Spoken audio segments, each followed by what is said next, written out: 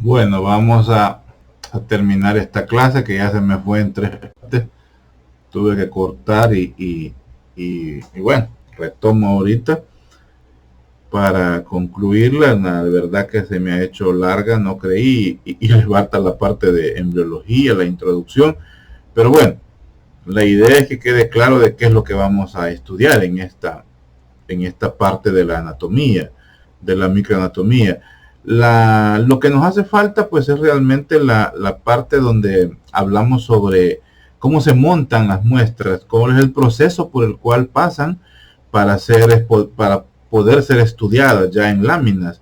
Es el trabajo pues que realiza el patólogo y su equipo de técnicos, ¿verdad? En montar, deshidratar, teñir, a usar tinciones para poder llegar a muestras en portoobjetos que ellos le llaman láminas y son las que ellos ven pues a nivel del microscopio y son las que ayudan pues al diagnóstico del patológico, o el diagnóstico de la enfermedad vía el estudio histológico y es el diagnóstico de patología.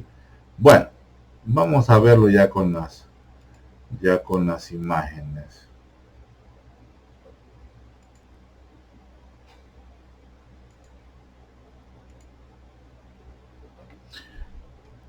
Hablamos entonces de las técnicas empleadas en histología y biología celular.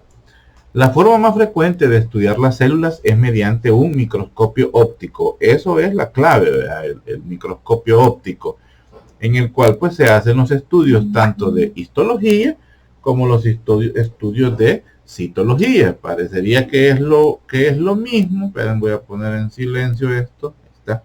Es lo mismo, pero no. Eh, los tejidos, pues del tejido tal cual se extrae, un tejido de tiroides, un tejido de una muestra, una biopsia de tiroides, una biopsia de mama, una biopsia de útero, una biopsia de piel, una biopsia de donde sea. Vea, esta pues con preparaciones finas, vea, se monta sobre un portaobjeto, los cuales pues se van tiñendo con colorantes apropiados y a través de la luz, de la fuente de luz del microscopio, pues se ilumina y se va observando pues según los lentes necesarios con los que cuente el microscopio. A esta técnica es lo que se le llama histología o histopatología, ¿verdad? Porque es estudio de una enfermedad a través de un tejido. Ahora bien, ya el análisis con el microscopio óptico de la estructura fina, o sea, de lo que ya estamos viendo ahí directamente, por ejemplo, de las células, ¿verdad? Por ejemplo, células sanguíneas o las obtenidas por una técnica de Papa Nicolau, que así coloquialmente decimos citología, pero realmente eso es una técnica, la técnica del Papa Nicolau, en la cual pues a través de una espátula de aire, porque así se llama, no es que sea de aire, sino que así se le llama, es el apellido del que desarrolló esa espátula, de la espátula de aire y a través de un espéculo se introduce en la vagina y pues la espátula de aire recoge muestra tanto del exterior del cervix como del interior del cervix, o sea, de la parte interna del cervix. Y esta muestra es la que se monta sobre un portaobjeto. Entonces, cuando ya se está viendo, a eso es lo que se le llama citología, porque estamos viendo ya las células directamente. Y en la otra, como tiene que pasar por un proceso para poderla montar, teñir y todo, y es un tejido, es un pedazo de carne, por decir así, a eso se le llama histología o histopatología.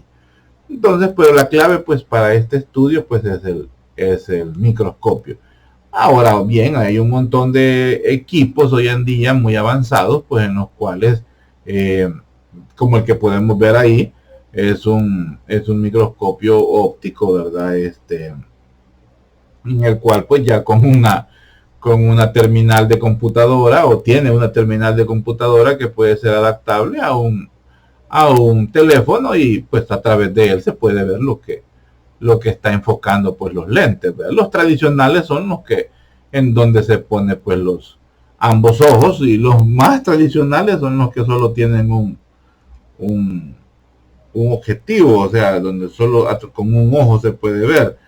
Eh, Entonces, esas son la forma de estudiar de histología y citología. Aquí pues hablamos de las técnicas, la del microscopio óptico, donde pues a pesar de poder de hacerla más tradicional y bastantes avances en materia de equipos, pues siempre tiene limitantes. Por ejemplo, pues que algunos tejidos o algunas estructuras que son extremadamente pequeñas o podrían ser hasta invisibles, que no las podemos ver, principalmente los que están al interior pues de una célula. Entonces ya esa es una limitante, perdón, ya esa ya es una limitante en la observación, pero el microscopio pues sigue siendo la punta de lanza para el estudio de la histología y de la citología en sí. Pero pues como ha avanzado la ciencia, tenemos también el método inmunohistoquímico, en el cual, además de contar con tintes, podemos contar con anticuerpos marcados para la detección de antígenos. O sea, los anticuerpos son ¿cómo se llama? Sustancias que nuestro cuerpo produce para atacar a un antígeno o para atacar. El antígeno viene siendo un cuerpo extraño o una injuria que llega a nuestro cuerpo. Entonces, a veces es necesario para poder identificar qué enfermedad estamos tratando de evidenciar el uso de anticuerpos, o sea, el uso de tropas que defienden nuestro cuerpo y que identifiquen a cuál es el daño, cuál es la injuria, y eso ayuda pues a poder diagnosticar mejor o a poder identificar mejor la patología o la enfermedad a la cual se está enfrentando. Pero también hay otro más avanzado que es el método de la inmunofluorescencia.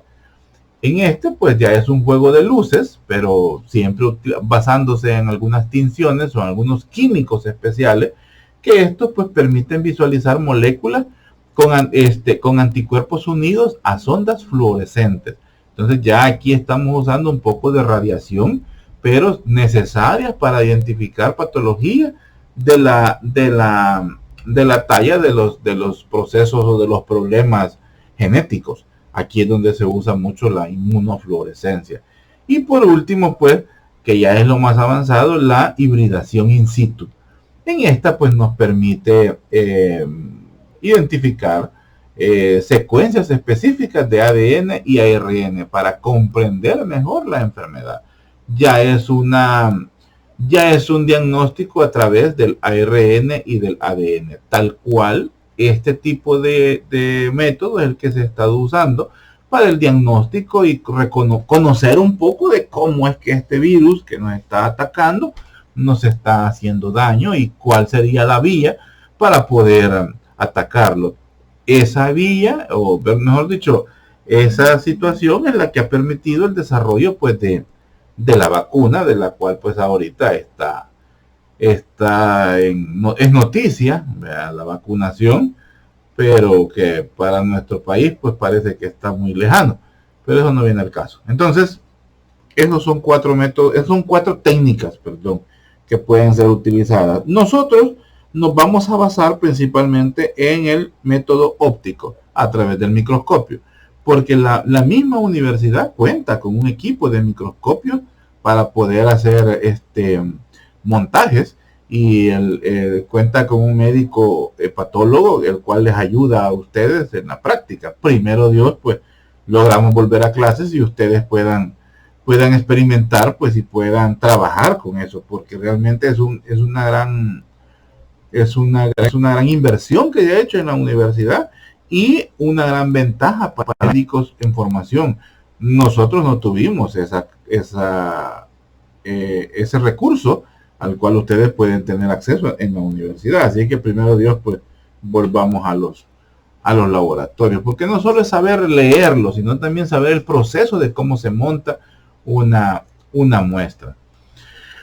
La microscopía óptica, que como les digo, que es lo que vamos a conocer, empleando un corte incluido en parafina, es la técnica más importante que se utiliza en histología. Ojo con eso, que la parafina es lo mismo que la cera de candela o la cera de vela, nada más que lleva un proceso diferente, pero en en esencia es lo mismo. La resolución de las estructuras observadas a través del microscopio óptico es del orden de 0.2 nanómetros. O sea, es la capacidad que puede tener ¿cómo se llama? Un microscopio para poder observar en cortes. Ahora, en teoría es 0.2 nanómetros, pero en la realidad de nosotros, los microscopios logran ver hasta 0.6 nanómetros. O sea, 0.2 en la literatura se lo dice, pero realmente no, aquí no hay para esa capacidad, pero 0.6 es muy bueno.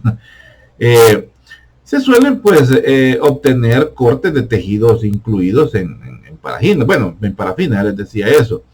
Y estos pues se colocan sobre un portaobjeto para poder teñirlo. Y esta es la práctica rutinaria. Esto es lo de combate. Esto es el día a día en un laboratorio patológico, en el lugar donde también leen pues la citología, la toma de citología del Papa Nicolau. Entonces, normalmente este proceso puede llegar a tardar hasta 24 horas, 48 horas, según la complejidad del tejido o según la complejidad de la enfermedad que se quiere investigar. Entonces, las biopsias pues vienen de distintos, el origen pues es de distintos órganos y la forma de tomarla pues ya lo hablábamos, cuáles son las formas de tomar las muestras y en algunas ocasiones los tejidos no se requiere que pasen por un proceso de fijación, sino que se necesitan observar frescos o como quien dice todavía pues calientitos, porque no queremos que se cruce o que haya que se exponga a un entrecruzamiento de proteínas que es lo que se busca en la fijación, y esto podría dar ¿cómo se llama? Una alteración en el diagnóstico. En lo que se necesita para poder hacer el estudio es que la estructura esté dura. Ese es el proceso por el cual pasa con la parafina. Pero en algunas ocasiones, como les digo, no requerimos, o no es que no sea necesario, sino que es contraproducente hacerlo porque no va a permitir leer un tejido que se necesita ver en vivo. Entonces se recurre a las técnicas de congelación, que esa se hace, como decimos, salió inmediatamente de la cirugía e inmediatamente se pone en congelación para que el patólogo logre hacer los cortes y verlos in situ en el propio lugar de los hechos, como decimos, o sea, en la misma sala de cirugía, porque se necesita tomar una decisión pues inmediata en el momento de que está en el intraoperatorio, o sea, durante la cirugía. ¿En qué situaciones puede ser esto? Estas pueden ser situaciones como de un cáncer de estómago, que se necesita tomar una decisión de extirpar por completo, un cáncer de riñón, un cáncer de tiroides, ¿verdad? Suelen ser las indicaciones de este tipo de estudio histopatológico in situ, o sea, mejor dicho, intraoperatorio. Para observar detalles de las células, pues es necesario teñir los componentes tisulares en un corte histológico. En este de que acabo de describir no se va a poder hacer tinciones, pero la misma tinción puede alterar el diagnóstico. ¿Dónde hacemos tinciones? Una biopsia de mama, una biopsia de útero, una biopsia de cuello, por ahí, de cuello de la matriz. Las células son prácticamente incoloras, por eso es necesario teñirlas, porque las células son incoloras y por tanto los cortes se deben teñir para poder ser examinados bajo el microscopio óptico. Este aparato que vemos aquí, se llama micrótromo. Creo que lo dije bien. El micrótromo es un aparato pues que tiene como función hacer los cortes. Esto que estamos viendo, es no he activado mi puntero. Aquí está. Esto que estamos viendo aquí, ya es el corte. Si ustedes se fijan, lo está tocando como que fuera una telita de cebolla. Así es el corte. Aquí está la pieza, el cuadrito de parafina con la muestra. Esto amarillo que vemos aquí es la muestra, el tejido duro, y esto lo que hace son los cortes. Esto baja y va haciendo los cortes. Aquí hay una hoja super filuda, ¿no? Una hoja con un filo especial para poder ir haciendo los cortes y lo saca como que fuera una telita de cebolla. Esto es lo que se fija en el portaobjeto. El proceso pues tiene diferentes pasos. Principalmente son 5. La fijación, la deshidratación y el aclarado, la inclusión, el corte y por último el montaje y la tinción de los cortes. Esos son los 5 pasos por los cuales pasan las muestras que van a ser estudiadas al microscopio. Eso es lo que vemos ahorita. Ya es poco lo que falta. La fijación.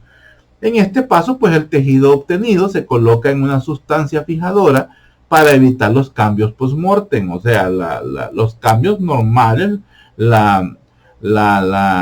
¿cómo se llama? La destrucción de las proteínas que conforman el tejido, los cambios por la sangre, o sea, toda la descomposición. Lo que se intenta con la fijación es detenerla y para poder ser estudiada. Uno de los fijadores, como dice ahí, más usados, pues es el formol, es la formalina. Al no más tomar la muestra de lo que sea, siempre está a la mano un frasquito o un bote, según el tamaño de la muestra, de formalina. Si saca un útero, pues le tienen un bote a uno del tamaño de un bote de mayonesa. Si quita una próstata, pues son botes más o menos de ese talle. Pero si es una biopsia sacada con una aguja fina o una aguja gruesa o un trocar, son frasquitos pues pequeños donde están llenos de formalina y ahí se introduce, y eso pues para evitar la descomposición. Entonces pues aquí la fijación es eso, tratar pues los tejidos con una sustancia química para retrasar las alteraciones después de la muerte. También lo que buscamos con eso es que la arquitectura normal, la arquitectura celular se mantenga intacta. Y los agentes de fijación pues más habituales utilizados en microscopía vienen a ser, como decíamos, pues el formol, el líquido de Bowen, bueno, eso, pero más que todo aquí en el país usamos formalina. Eso es lo más común y lo más barato. Entonces, aunque de una u otra forma este método entrecruza proteínas y podría, o sea, busca mantener la arquitectura, pero de una u otra forma puede alterarla, cosa pues que el que se dedica a esto pues lo sabe de antemano y bueno, es una arma especial para poder hacer diagnóstico. La siguiente fase pues es la deshidratación y el aclarado, como decimos, en donde pues el tejido que ha sido teñido, el tejido que ha sido fijado con formalina debe pasar pues para eliminar todo lo que conlleva, lo que tiene como los residuos de agua, y por eso se le llama pues deshidratación. Y aquí se usa haciendo pasar la muestra durante diferentes periodos por diferentes líquidos que tienen diferentes, pues ya muchos diferentes dije, pero están variadas concentraciones de alcohol. Entonces el objetivo es sacarle el agua que el tejido que ya está fijado con formalina pues lleva, para poder pasar posteriormente a la inclusión en la parafina. Como vemos, pues primero pasa por una solución de alcohol al 50 y todo esto pues hasta llegar a un 100%. Y después de eso pues pasa por un proceso con otro químico que es el sileno, que lo que ayuda pues es a liberar los residuos de alcohol que le puede haber quedado al tejido y le va a ayudar a la fijación a la inclusión en la parafina. Vea que la parafina pues está en condiciones líquidas, está fundida. Entonces todo esto pues es la deshidratación por el alcohol y el aclarado, o sea, el que le termina de sacar lo último con el sileno es el aclarado. Entonces tenemos deshidratación y aclarado como segundo paso, porque también el paso por el sileno le produce a las células la transparencia, porque elimina algunas tintes o ¿cómo podríamos decir? O colores propios de los tejidos. En eso consiste también el nombre de aclarado, porque lo vuelve transparente, pero óptimo para poder pasar a una inclusión en la parafina, para que la parafina, digamos, haga cuerpo con esa muestra. Esto es la inclusión en la parafina, lo que estamos viendo aquí. Vea la inclusión, ya el tejido pasado después de la deshidratación y aclarado, entonces se incluye en la parafina. Con el propósito pues de diferenciar entre sí las células superpuestas de un tejido, de la matriz extracelular, el experto en histopatología pues debe incluirlo, debe sumergir esa muestra en ¿cómo se llama? En ese medio, en la parafina, ¿verdad? Para pues después poder ser seccionados en cortes pues muy finos. La verdad que yo sé que existen otros fijadores, como hablábamos por ejemplo la congelación, pero existe otro método que no recuerdo, pero aquí en el país y casi en todas partes lo que se utiliza más siempre es parafina. Y luego pues a través de la microscopía óptica pues poder ver todo de lo que estábamos hablando. Este tejido, después de pasar de la inclusión en la parafina, vea que se mantiene aproximadamente hasta 2 horas, ¿verdad? En la parafina.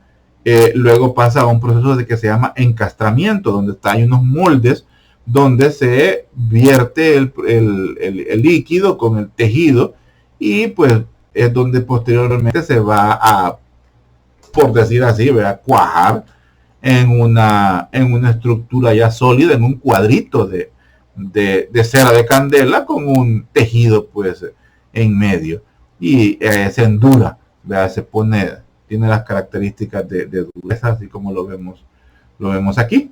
Así se ve, este es el molde, ¿verdad? Donde se da el encastramiento. Y posteriormente, ya con esto ya fijo, ya duro, puede pasar al corte, que es donde se usa el aparato que les mencionaba ya, que es el micrótromo. Aquí vemos el cuadrito de parafina. Este cuadrito pues el especialista lo hace bajar, y aquí se encuentra una hoja y comienzan a salir los pedacitos, ¿verdad? Como tal si fueran piel de cebolla, así se ve, ¿verdad? Entonces, después de recortar los bloques de tejido, pues se va retirando el exceso de material que puede haber de la inclusión, y se procede al corte, ¿verdad? Que se lleva a cabo, pues, como les digo, pues por el micrótromo, que es la característica de él, que tiene una cuchilla pues con mucho filo, y es un brazo que va avanzando hacia adelante para poder ir haciendo los cortes. Ahí el patólogo puede ir escogiendo, o puede ir haciendo cortes según el diámetro, o según el grosor, mejor dicho, que él necesita pues para el estudio.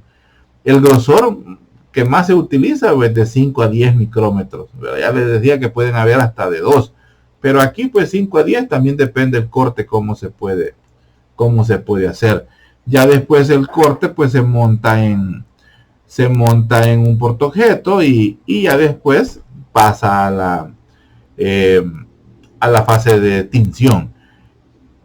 El mismo proceso de aquí para allá, digamos, es el que pasa cuando se ha sido por congelación, porque la muestra, en lugar de incluirla en parafina para endurarla, pues se usó congelación y se endura la pieza directamente. Y se hace pues los cortes con el micrótomo para poder ser observado. Siempre tiene que pasar por este proceso para poder ver, ¿verdad? Estamos hablando de congelación abajo de 0. Y la cuchilla tiene que estar enfriada, fíjense, para poder hacer el proceso. Si no, pues no hace el corte pues como debe. ¿Qué más? Bueno, ya al observar, si el microscopio, pues el portaobjeto tiene que estar un poco caliente para poder observarlo, porque la temperatura le va a dar coloración a a algunos tejidos, pero eso creo que es un poco más avanzado. Este es el proceso de tinción. Aquí está la muestra obtenida, la telita de como que cebolla. Vea, luego pues se pone el cubre objeto y se sumerge en diferentes tinciones según la estructura que queremos ver. Aquí este es como una espátula donde se descansan las muestras, porque no se fija solo a uno. Un estudio histopatológico de un tejido, les voy a decir lo que he oído, no lo he, ¿cómo les puedo decir? No lo he vivido de cerca porque yo no soy patólogo, pero sí he oído que el patólogo puede montar hasta 20 o más, ¿verdad? Tiras para poder hacer una observación. Por eso ven aquí ustedes varias laminillas que son sumergidas en una tinción, y así es como se ven, y puede ser una serie completa. Es una serie completa, diferentes cortes del tejido, los cuales se tiñen, vean aquí, y luego pues van a ser observados al microscopio, y aquí estamos ya en la fase de observación pues del microscopio. Así se ve la estructura que ha sido teñida. Entonces la tinción pues es necesaria para un mejor estudio, una mejor visión, y más que todo los tintes que se utilizan son colorantes hidrosolubles. Siempre también es necesario retirar un poco restos de parafina para poder hacer este trabajo. Una vez realizada la tinción, se vuelve a deshidratar el corte, pasa por otro proceso de deshidratación, pero ya está montada en el portaobjeto y en el cubreobjeto, y eso pues le ayuda a fijarse más el tinte al tejido que ha sido montado adecuadamente. El cubreobjeto en sí pues no solo protege el tejido de posibles daños, sino que es necesario para ver el corte en microscopio. Le ayuda pues a poder manipularlo, por así decirlo, en creo que se llama charnela, no me acuerdo cómo se llama, o la platina, donde está montado la muestra, y es donde la juega, por decir así, el patólogo o el especialista que está viendo eso. Los colorantes y tinciones, pues estos son los colorantes más utilizados, ¿verdad? La hematoxilina, la eosina, el tricrómico de Manson, todos estos son las tinciones que nos ayudan a hacer pues la diferenciación de los tejidos. Apréndanselo. Las tinciones pues son necesarias debido a los constituyentes tisulares que poseen pues densidades diferentes y que pueden ser un poco difíciles de observar, y para eso pues es necesario poder teñirlos para poder hacer un mejor estudio. Aunque pues se han desarrollado distintos tipos de colorantes para la visualización de los múltiples componentes de las células, y los tejidos pueden agruparse en tres clases siguientes: los colorantes que diferencian entre los componentes ácidos y básicos de la célula, los colorantes especializados que distinguen los componentes fibrosos de la matriz extracelular, y las sales metálicas que precipitan en los tejidos para formar en ellos depósitos metálicos que lo hacen o que hacen mayormente pues visible los tejidos. Entonces son diferentes tipos de colorantes, y las tinciones o los métodos de tinción más utilizados pues vea para teñirlo son las empíricas, las histoquímicas de tipo enzimático y las inmunohistoquímicas. Esto está relacionado con los tipos de estudio de los que hablábamos al principio. En microscopía óptica la más utilizada pues son las empíricas, donde utilizamos pues tinciones o tintes, como les decía. Y aquí pues están las tinciones histológicas más utilizadas: la de hematoxilina eosina, el método de Van Gieson, el método de plata, métodos tricrómicos, y aquí está pues para qué se utiliza, que no voy a ahondar mucho en eso para no hacer más grande esta clase, porque me empajo hablando. Luego tenemos el ácido periódico de Schiff, el método de azul de Alcian, el método de mielina de Welke y el método de May-Gruwel-Ginza, ¿verdad? Es el método de Ginza también. Entonces son métodos especiales y me interesa que sepan esto. Porque a la hora que estamos viendo los tejidos, cuando ya estemos viendo histología, uno va a decir, aquí utilizaron tal método. El método tiene que ver según el tejido, o sea, no es que el patólogo va a decir, hoy voy a ocupar un azulito, no, sino que le llevan una muestra de músculo, entonces él va a decir, para el músculo me funciona mejor tal tinción, o le llevan una muestra de sangre, es un estudio, un frotis de sangre periférica, por ejemplo, que tiene que hacer, entonces él utiliza en este caso una de Ginza, o va... Bueno, según el tejido, según el estudio, así va la tinción, porque eso le va a permitir hacer el diagnóstico o observar lo que se le está pidiendo pues al patólogo. Otras técnicas pues de tinción, pues las técnicas histoquímicas enzimáticas que identifican y localizan los sitios de actividad de enzimas concretas, estudios más avanzados. La inmunocitoquímica que utiliza anticuerpos para localizar proteínas específicas en los cortes de tejido. La microscopía óptica de alta resolución se puede realizar en tejidos incluidos en resina. Resina será lo que me hacía falta. Las resinas son como los epóxicos, así como la pega esta que se llama epoxi o 2 toneladas, o la mayor parte de pegas que existen hoy en el mercado, así como el silicón, son estructuras que también se utilizan para endurar. ¿Vea? Pero el método para observar pues es un poco más diferente o requiere más preparación, y en nuestro país pues tal vez no se cuenta con ellos, o si se cuenta con algunos de esos pues les voy a ser sincero, desconozco dónde se pueden realizar.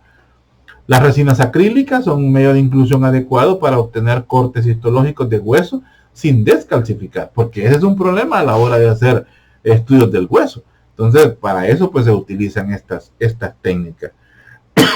Otras pues, la microscopía electrónica, que como dice, pues ya es, ustedes ven ahí como lo describe, son haces paralelos de electrones y no son ondas de luz las que se utilizan para la observación. Permite pues tener detalles más estructurales o subcelulares en cortes muy finos de tejido que permiten una vista tridimensional de la superficie de la muestra. O sea, aquí utilizamos ya una terminal de computadora tal cual se usa en la tomografía axial computarizada. Ya son visiones o observaciones hasta en 3D. La otra es la microscopía confocal, que esta pues ya es con fluorescencia, que lo que permite pues es visualizar receptores específicos en una célula o un tejido. Es posible así medir el movimiento de los receptores en respuesta a dosis crecientes de un tratamiento. Estos datos pueden luego reconstruirse para generar una imagen tridimensional. Como ven, pues esto en nuestro país está un poquito a años luz, pero no inalcanzable. Entonces, pues con esto prácticamente terminamos la clase, ¿verdad?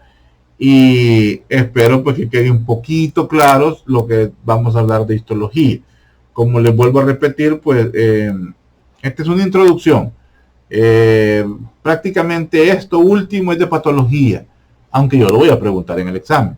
Es de patología este proceso. En patología lo van a ver mejor, lo van a entender mejor, pero las bases ya las llevan. Así que como dice ahí, se merece un regalito. Bueno. Solo pues hay dos maneras de vivir una vida. Una es como si nada fuera un milagro, y la otra es como si todo fuera un milagro.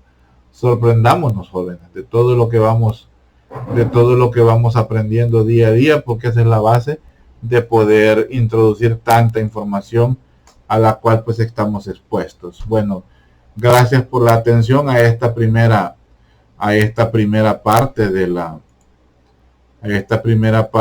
la clase, por decir así, porque me falta la parte de la introducción a